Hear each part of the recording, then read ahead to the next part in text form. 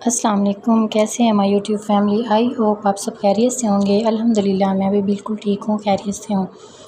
تو آج کی اس ویڈیو میں ہم بات کریں گے ایک ایسے موضوع پر جو تقریباً ہر گھر، ہر فیملی اور ہر انسان کی زندگی میں کسی نہ کسی وقت آتا ہے، اور وہ ہے نظر بد۔ کیا واقعی نظر لگتی ہے؟ اس کے اثرات کیا ہیں؟ اور سب سے اہم بات، اس سے بچنے کے لیے قرآن و سنت میں کیا ہدایت کی گئی ہے؟ آئیے اس سفر کا آغاز کرتے ہیں۔ سب سے پہلے تو میں آپ کو بتاؤں کہ اسلام میں نظر بد کی حقیقت کو تسلیم کیا گیا ہے۔ حدیث نبوی میں آیا ہے، یعنی نظر حق ہے۔ عام لفظوں میں سمجھائیں تو نظر بد وہ نقصان ہے جو کسی کی حسد بری یا تعقب بری نظروں سے دوسروں کو نقصان پہنچتا ہے۔ مثال کے طور پر جب ایک بچہ بہت صحت مند ہوتا ہے، اچانک بیمار ہو جاتا ہے، کاروبار اوپر جا رہا ہے، اچانک سے نقصان شروع ہو جاتا ہے، گھر میں سکون تھا، اچانک سے لڑائی جھگڑے بڑھنے لگتے ہیں۔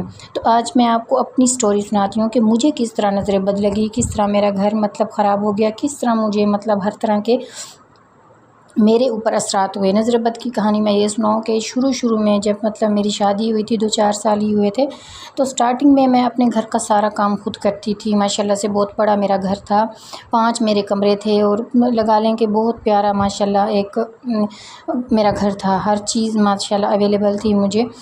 تو میں گھر کے سارے کام بھی خود کرتی تھی، میرے بچے بھی تھے 2۔ شادی کے شروع میں ہی ماشاءاللہ سے اللہ نے مجھے اولاد میرے 2 بیٹے ہو گئے تھے، صاحب اولاد کر دیا تھا۔ تو 2 بیٹے بھی میرے تھے، میں 2 بچوں کو بھی سنبھالتی، گھر کا سارا کام کرتی۔ اس کے بعد میں کہ نماز 5 وقت پڑھتی تھی۔ الحمدللہ اللہ تعالیٰ نے مجھے شادی کے 2 سال بعد ہی عمرے پر بھی بلا لیا تھا۔ تو اس طرح کر کے الحمدللہ میری زندگی بالکل پرفیکٹ تھی۔ ایک انسان کہتا ہے کہ مجھے تب سمجھ میں نہیں آتا تھا کہ میری زندگی میں کس چیز کی کمی ہے۔ تو لوگوں کی نظروں میں یہ چیز آ گئی تھی۔ میری ایک ہمسائی تھی، بظاہر وہ میری فرینڈ تھی، لیکن جب بھی اس نے بولا اس نے یہی الفاظ میرے لیے استعمال کیے۔ ایک دن وہ میرے گھر آئی تو میں نماز پڑھ کے جیسے فری ہوئی، ابھی میں نماز کی حالت میں جیسے ہم نے دوپٹہ لپیٹا ہوتا ہے ویسے لپیٹا ہوا تھا، اور میں گھر میں صفائی کر کے پوچھا لگا رہی تھی۔ تو مجھے وہ ایسے ایک دم سے کہتی، ربیہ میں بڑی حیران ہوتی ہوں دیکھ کر کے کہ تم گھر کے بھی سارے کام خود کر لیتی ہو، 2 بچوں کو بھی سنبھال لیتی ہو، نماز قرآن بھی کر لیتی ہو، تو اور کہ تمہارے ہسبینڈ بھی ماشاءاللہ اتنا اچھا ہے۔ میرے ہسبینڈ بہت اچھے ہیں میرے ساتھ الحمدللہ، تو اتنے اچھے ہیں تمہارے ساتھ۔ میں حیران ہوتی ہوں، تم ہر کام تمہارا پرفیکٹ ہے، تمہاری زندگی میں کسی چیز کی کمی نہیں ہے، اور اللہ تعالیٰ نے اتنی چھوٹی عمر میں تمہیں عمرے پر بھی بلا لیا۔ اس کے علاوہ میں نے اپنا گھر پہ ایک چھوٹا سا سیٹ اپ بنایا ہوا تھا۔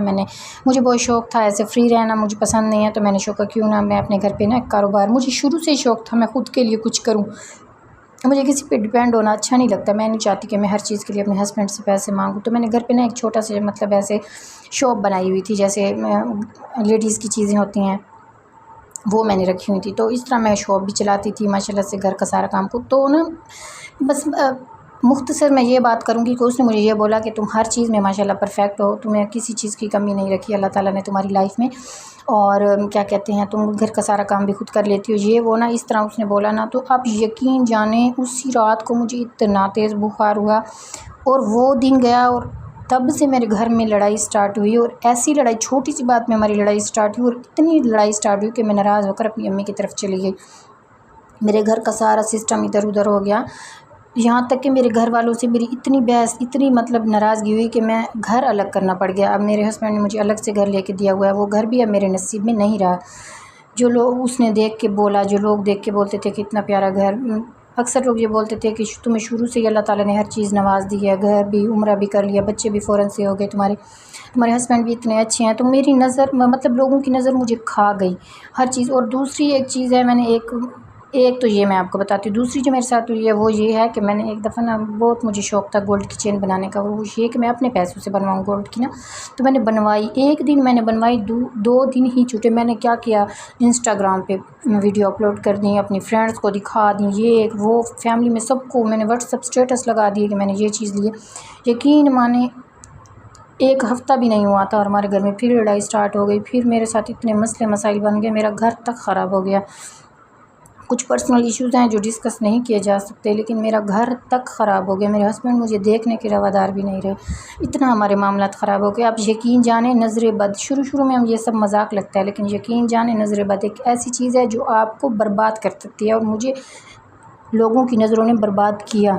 میری زندگی برباد ہو گئی ہے۔ اب میں نے اپنے آپ پر فوکس کیا، دیکھیں کوئی اچھی چیز خریدیں، کسی کو مت بتائیں، آپ کے ہسبینڈ آپ کے ساتھ اچھے ہیں کسی کو مت بتائیں، آپ کا بچہ پڑھائی میں اچھا ہے آپ کسی کو نہ بتائیں، ایون کہ آپ ایک سوٹ بھی لینا اچھا تو وہ بھی کسی کو نہ دکھائیں۔ جب آپ سلائی کروائیں گی، جب سل کے آپ گھر آئے گا آپ پہنیں گی سب دیکھ لیں گے، لیکن آپ کسی کو پلیز اپنی ہر چیز کے بارے میں فارم مت کریں۔ اور نظر بد سے حفاظت کے لیے آپ کو خود آخری جو 4 کل ہوتے ہیں نا، آپ اپنے اوپر پڑھ کر وہ پھونکا کریں۔ آیت الکرسی کی تلاوت حفاظت کا بہترین ذریعہ وہ پڑھا کریں، اور بچوں پر دم کیا کریں، ان کی تعریف کرتے وقت ماشاءاللہ کہا کریں، اپنی خوشیوں اور نعمتوں کو حد سے زیادہ شو آف مت کیا کریں۔ نظر بد کے علاج میں سب سے اہم چیز اللہ پر توکل ہے۔ گھریلو ٹوٹکے بھی کر سکتے ہیں، جیسے پانی پر دم کر کے پینا، کسی پر نظر لگنے کا شک ہو تو وہ غسل کرے اور اس کا پانی متاثرہ شخص پر ڈالا جائے، یہ سنت طریقہ ہے۔ تو کسی ہر چیز میں آپ کوشش کیا کریں کہ نظر سے بچیں۔ آپ اگر کوئی اچھی چیز دیکھیں تو آپ بھی اس کو ماشاءاللہ کہنے کی عادت بنائیں۔